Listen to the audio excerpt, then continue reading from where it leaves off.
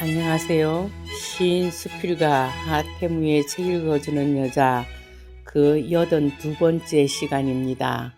이제 가을이 아주 깊어져 가고 있습니다. 남해 편백림으로 가는 그 들길은 너무나 아름다운 단풍이 지금 물들고 있을 것입니다. 산강을 지나 제법 쌀쌀한 날씨입니다. 단풍 구경이라도 가고 싶은 이 가을날, 오늘은 정지용 시인의 삶과 문학을 조명해 보겠습니다.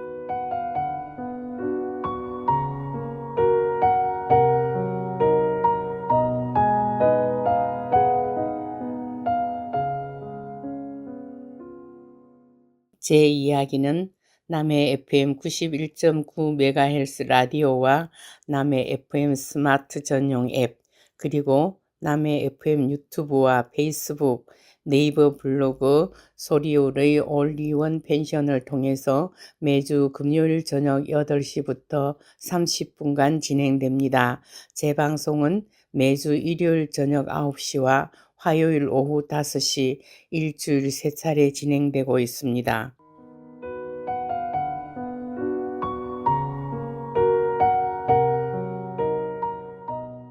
우선 정지용 시인의 삶과 활동에 대해서 이야기하겠습니다.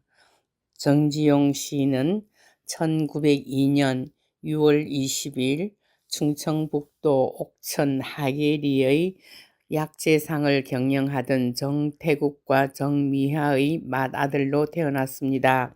연못의 용이 하늘로 올라갔던 태몽을 꾸었다고 해서 아명을 지룡이라고 하였고 이름도 지용이라고 지었습니다. 가톨릭 신자로서 세례명은 프란치스코입니다.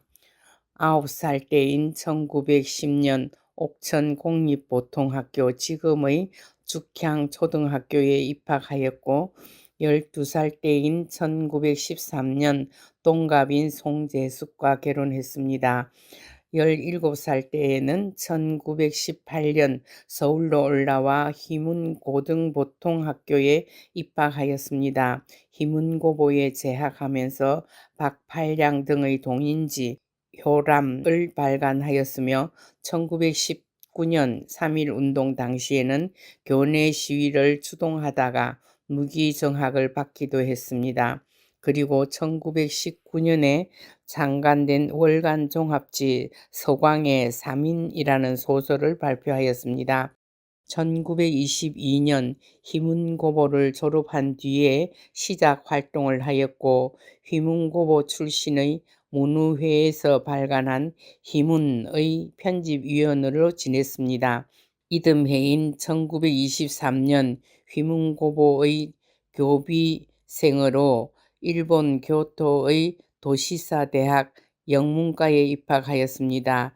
대학에 다니던 1926년 유학생 잡지인 학조 창간 후에 카페 프랑스 등 9편의 시를 발표하고 그 해에 신민, 어린이, 문예시대 등의 달리아, 홍춘, 산에서 온 새 등의 시를 발표하여 본격적으로 문단 활동을 시작했습니다. 1929년 대학을 졸업하고 귀국한 뒤에는 휘문고보 영어과 교사로 부임하여 해방이 될 때까지 재임하였습니다. 1930년에는 박용철, 김영랑, 이하윤 등과 함께 동인지 시문학을 발간하고 1933년에는 순수문학을 지향하는 김기림, 이효석, 이종명, 김유영, 유치진, 조용만, 이태준, 이무영 등과 함께 구인회를 결성하여 한국 시단을 대표하는 인물로 떠올렸습니다. 또한 그 해에 새로 창간된 가톨릭 청년의 편집 고문을 맡아 그곳에 다수의 시와 산문을 발표하였으며 시인 이상의 시를 소개하여 그를 문단에 등단시키기도 하였습니다. 34살 때인 1935년 그동안 발표했던 시들을 묶어 첫 시집인 정지용 시집을 출간하였으며 1939년부터는 문장지의 시부분 추천위원이 되어 조지훈, 박두진, 이한직, 박남수 등을 등단시켰습니다. 이 시기에는 시뿐 아니라 평론가, 기행문 등의 산문도 활발히 발표하였으며 1941년에는 두 번째 시집인 백록담을 발간하였습니다. 이후 태평양 전쟁이 발발하고 그로 인해 사회 상황이 악화되면서 일제에 협력하는 내용의 시인 이토를 국민문학사호에 발표하였지만 이후 작품 활동을 중단한 채 은거 생활을 하기도 하였습니다. 해방 이후에는 이화여자대학교의 교수가 되어 한국어와 라틴어를 강의하였고 경향신문의 편집주간으로 활동했습니다. 1946년 2월에 사회주의 계열의 문인들을 중심으로 결성된 조선문학가 동맹의 아동분과위원장으로 추대되었고 그해 시집 지용시선을 발간했습니다. 1947년에는 서울대학교에서 시경을 강의하기도 했습니다. 1948년 대한민국 정부 수립 이후에는 이화여대 교수를 사임하고 지금의 서울 은평구 녹번동에 초당을 짓고 은거하여 문학 독본을 출간하였습니다. 이듬해인 1949년 2월 산문을 출간했으며 8월 국민보도연맹이 결성된 뒤에는 조선문학가 동맹에 참여했던 다른 문인들과 함께 강제로 가입되어 강연 등에 동원되기도 했습니다. 1950년 한국 전쟁이 일어난 뒤에는 김기림, 박영희 등과 함께 서대문 형무소에 수용되었습니다. 이후 북한군에 의해 납북되었다가 사망하였습니다. 사망 장소와 시기는 정확히 확인되지 않는데 1953년 평양에서 사망했다고 알려져 있습니다. 하지만 북한에서 발행하는 통일신보는 1993년 4월에 정지용이 1950년 9월 납북 과정에서 경기도 동두천 인근에서 미군의 폭격으로 사망했다는 내용의 기사를 발표하기도 했습니다. 다음은 정지용의 문학세계에 대해서 말씀드리겠습니다. 정지용은 1930년대에 이미 한국 현대시의 새로운 시대를 개척하는 선구자라는 평가를 받을 만큼 당시의 시단을 대표했던 시인이었습니다. 김기림과 같은 사람은 한국의 현대시가 지용에서 비롯되었다고 평하기도 했습니다. 그의 시는 크게 세 시기로 특징지어 구분됩니다. 첫 번째 시기는 1926년부터 1933년까지의 기간으로 이 시기에 그는 모더니즘의 영향을 받아 이미지를 중시하면서도 향토적 정서를 형상화한 순수 서정시의 가능성을 개척하였습니다. 특히 그는 우리말을 아름답게 가다듬은 절제된 표현을 사용하여 다른 시인들에게도 큰 영향을 끼쳤습니다. 지금까지도 널리 사랑을 받고 있는 향수가 이 시기의 대표작입니다. 두 번째 시기는 그가 가톨릭 성년의 편지 고문으로 활동했던 1933년부터 1935년까지입니다. 이 시기에 그는 가톨릭 신앙에 바탕을 둔 여러 편의 종교적인 시들을 발표하였습니다. 그의 반, 불사조, 다른 하늘 등이 이 시기에 발표된 작품들입니다. 세 번째 시기는 1936년 이후로 이 시기에 그는 전통적인 미학의 바탕을 둔 자연 시들을 발표하였습니다. 장수산, 백록담 등이 이 시기를 대표하는 작품들로 자연을 정교한 언어로 표현하여 한 폭의 산수화를 보는 듯한 인상을 준다고 해서 산수시라고 불리기도 합니다.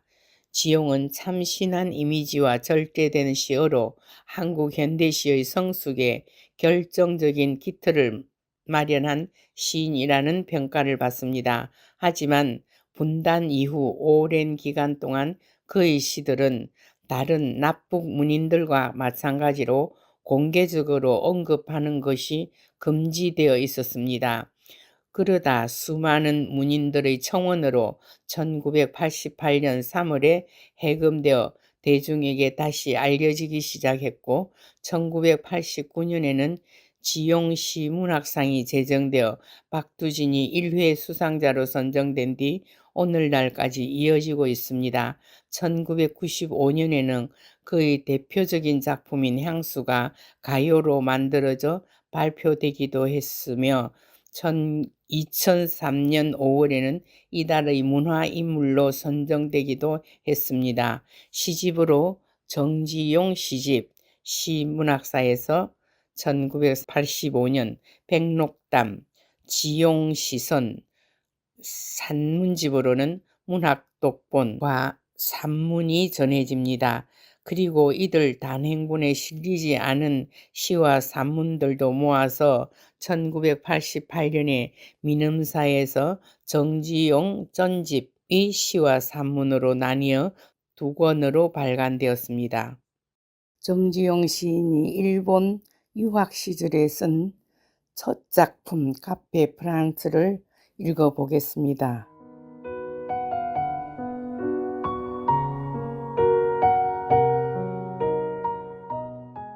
카페 프랑스 정지용.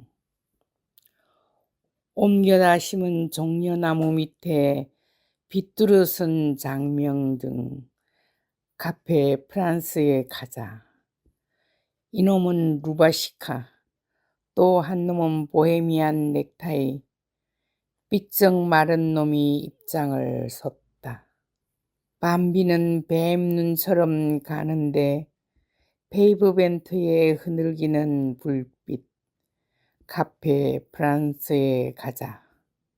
이놈의 머리는 삐뚤은 능금, 또 한 놈의 심장은 벌레 먹은 장미, 제비처럼 젖은 놈이 뛰어간다. 오 페럴 서방, 굿 이브닝.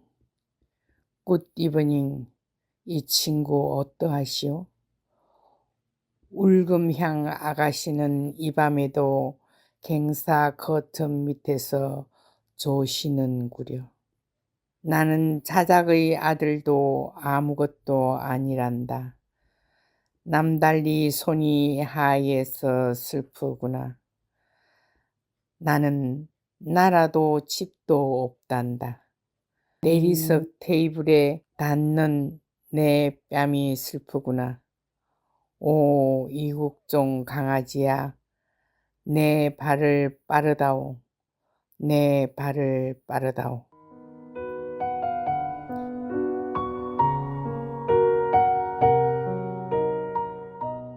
이 시에는 옮겨다 심은 종려나무와 앵무새 등의 이국적인 분위기와 더불어 각기 다른 풍모와 개성을 가진 청년들이 등장하고 있습니다. 서구적 문화와 동물을 동경하는 젊은 청년들의 열망이 이를 통해 나타납니다.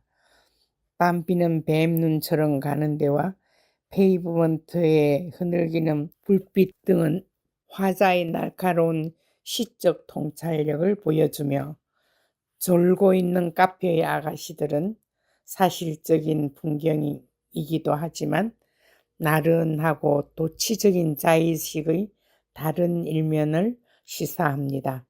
마지막 단락에서는 이국종 강아지를 등장시키는 나는 나라도 집도 없다라는 처지의 울분 섞인 독백을 독자에게 전달하기 위한 극적인 장면이 연출됩니다.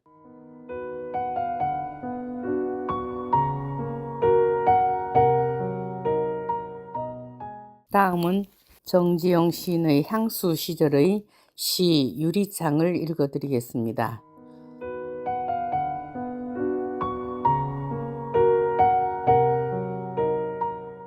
유리창 1 정지용 유리에 차고 슬픈 것이 어른거린다. 열없이 붙어서서 입김을 흐리우니 길 들인 양 언 날개를 바닥거린다.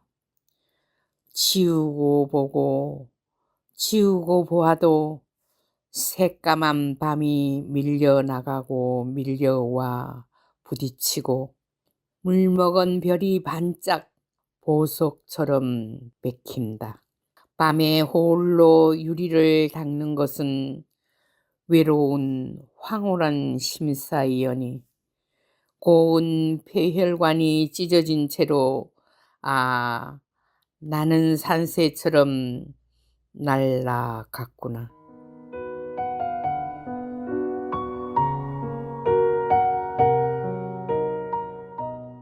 이 시에서 정지용 동시대 시인들과 구별되는 차이를 보여주는 것은 이미지의 조형 능력이다. 1920년대 시인들처럼 슬픔을 과도하게 노출하거나 리듬의 시로 표현하는 것이 아니라 시적 감정의 사물화를 통해 차고 단단한 것으로 물질화시켜서 보여주고 있습니다. 특히 물먹은 별이 반짝 보석처럼 bek힌다고 하여 투명하고 단단한 결정체로 슬픔의 감정을 구체화시킨 것은 지용이 보여준 남다른 시법입니다. 이렇게 조형한 슬픔의 감정을 직접 드러내지 않고 외롭고 황홀한 심사라고 표현한 것 같은 지적 절제에 의한 반어적 의미를 함축한 것이라고 하겠습니다. 여기에서 나아가 정지용의 재기와 감각이 어우러지게 독자적인 세계를 보여주는 작품은 바다입니다. 바다, 정지용. 바다는 뿔뿔이 따라 날라고 했다. 푸른 도마뱀떼같이 제재에 발랐다. 꼬리가 이루 잡히지 않았다. 흰 발톱에 찍힌 산호보다 붉고 슬픈 생채기 가까스로 몰아다 붙이고 변죽을 둘러 손질하여 물기를 씻었다. 이 애쓴 해도에 손을 씻고 떼었다. 찰찰 넘치도록 돌돌 굴르도록 회동구란이 받쳐들었다. 지구는 연잎인 양 오므라들고 펴고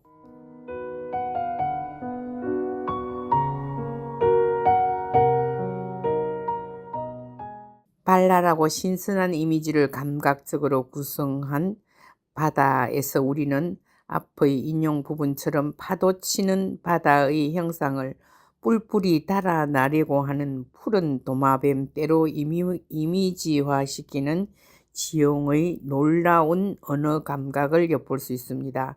물론 이 표현은 꼬리가 있기 때문에 생동감을 얻는 것입니다. 정지용은 여기서 멈추지 않고 흰 발톱에 찍힌 산호보다 붉은 슬픈 생채기라고 사물의 움직임에 대한 깊은 통찰력을 발휘하지 않고서는 포착하기 어려운 표현에 이르고 있습니다. 그러나 그의 시는 이렇게 발랄한 재기에서 끝나는 것이 아닙니다. 이 시에서 마지막 결구 부분 지구는 연잎 친양 오므라들고 펴고 같은 부분은 그의 초기 시가 단순한 회화성을 넘어서 동적인 율조까지 배려하여 감각적인 언어의 표피적인 구사에서 한 걸음 더 나아가고 있음을 보여줍니다. 정지용의 산수시 부분에 해당하는 장수산을 읽어보겠습니다.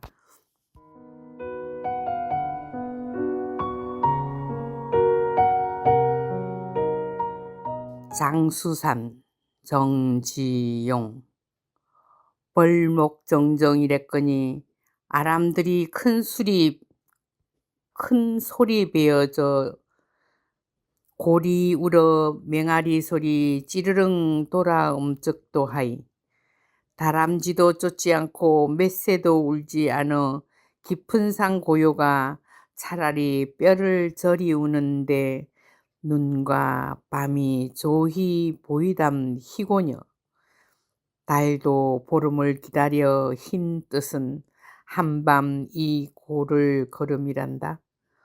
우철 중이 여섯 판에 여섯 판 치고 웃고 올라간 뒤 조차리 늙은 사나이의 남긴 내음새를 줍는다. 시름은 바람도 일지 않는 고요의 심이 흔들리우노니 오 견디란다. 차고 울려니 슬픔도 꿈도 없이 장수산 속 겨울 한밤 내.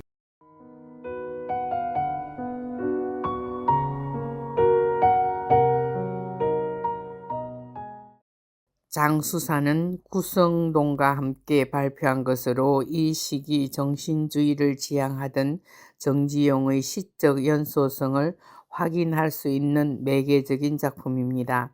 1937년 4월 시인이자 소설가인 이상이 동경에서 타계했습니다. 한국 모더니즘 문학사에서 간과할 수 없는 하나의 사건이었습니다.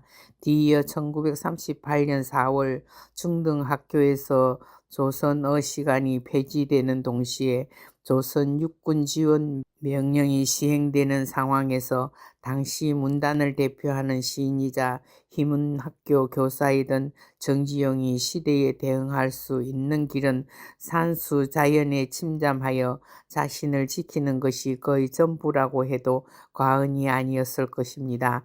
장수산을 지배하고 있는 것은 고요와 정적입니다. 역사의 시간이 멈추어 버린 태고의 정적에서 현실을 초탈하여 자연을 굳게 지키고자 하는 의지가 시름은 바람도 일지 않는 고요에 심히 흔들리우노니 오 견디란다. 차고 홀연히 슬픔도 꿈도 없이 장수상속 겨울 한밤내 라는 마지막 단락에서 확연히 드러납니다.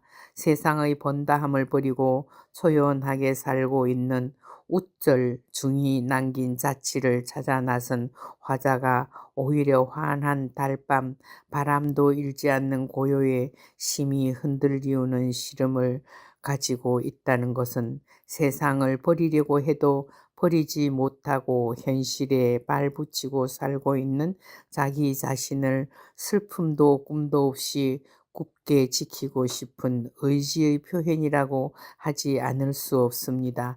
지용의 이러한 탐구는 뒤이어 발표된 백록담에서도 계속해서 나타납니다. 장수산 이 깊은 겨울밤의 세계라면 백록담은 명증한 물에 푸른 하늘이 비치는 여름 밝은 대낮의 세계입니다. 불순물이 전혀 섞이지 않는 백록담 푸른 물을 실구름 일말에도 흐려질 만큼 투명합니다. 화자는 이 맑은 물에 자기의 얼굴을 비추어 봅니다. 그는 자신의 얼굴에 비친 백록담에 문득 쓸쓸함을 느낍니다. 여기서 시적 화자와 백록담은 서로 비추면서 하나가 됩니다. 이 순간을 시적 화자는 나는 깨다 졸다 기도조차 잊었더니 라고 표현합니다. 겨울밤의 어둠 속에서 슬픔도 꿈도 없이 자신을 지키려던 시적 화자가 자신의 얼굴에 비춘 명중한 물에서 기도조차 잊은 무아의 한 지점을 인식했다는 것은 고뇌에 흔들리는 자기를 극복하려는 지용의 시적 탐구라고 하지 않을 수 없습니다.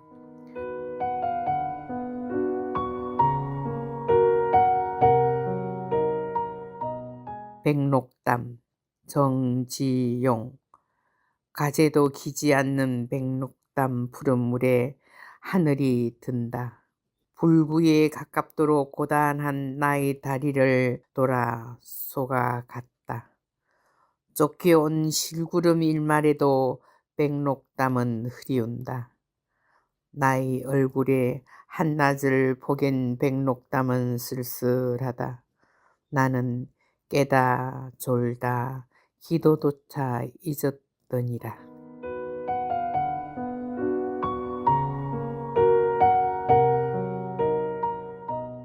그러면 정지영 시인의 작사 박인수 이동원의 노래로 향수를 듣겠습니다. 잘 들어주십시오.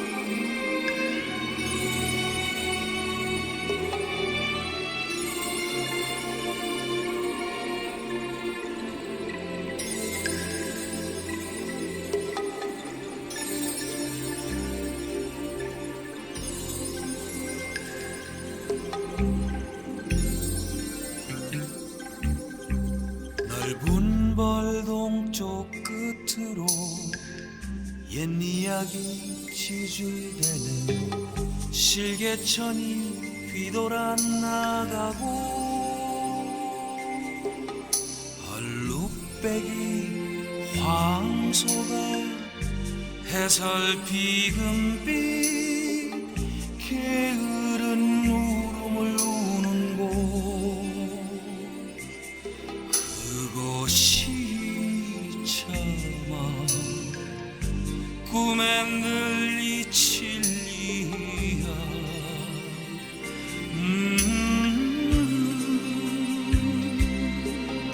지화로에 채가 식어지며 빈 밭에 밤바람 소리 말을 달리고 얇은 졸음에 겨운 늙으신 아버지가 지평에를 터다 거이시는 곳 그것이 참아 꿈엔 누리시야 흙에서 자란 내 마음 파란 하늘빛이 그리워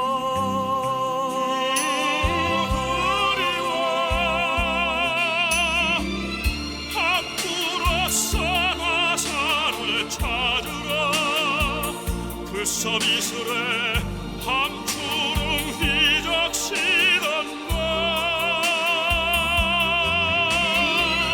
그곳이 차마 꿈엔 것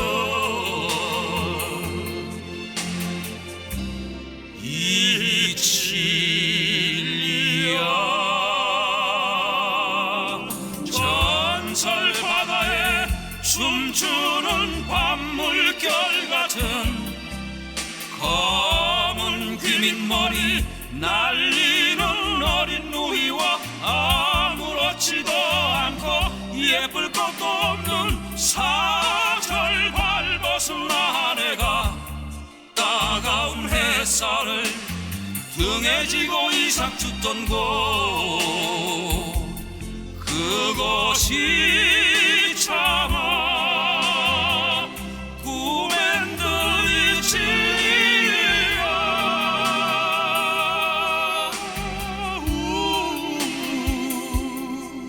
하늘에는 성근 별 알 수도 없는 모래성으로 발을 옮기고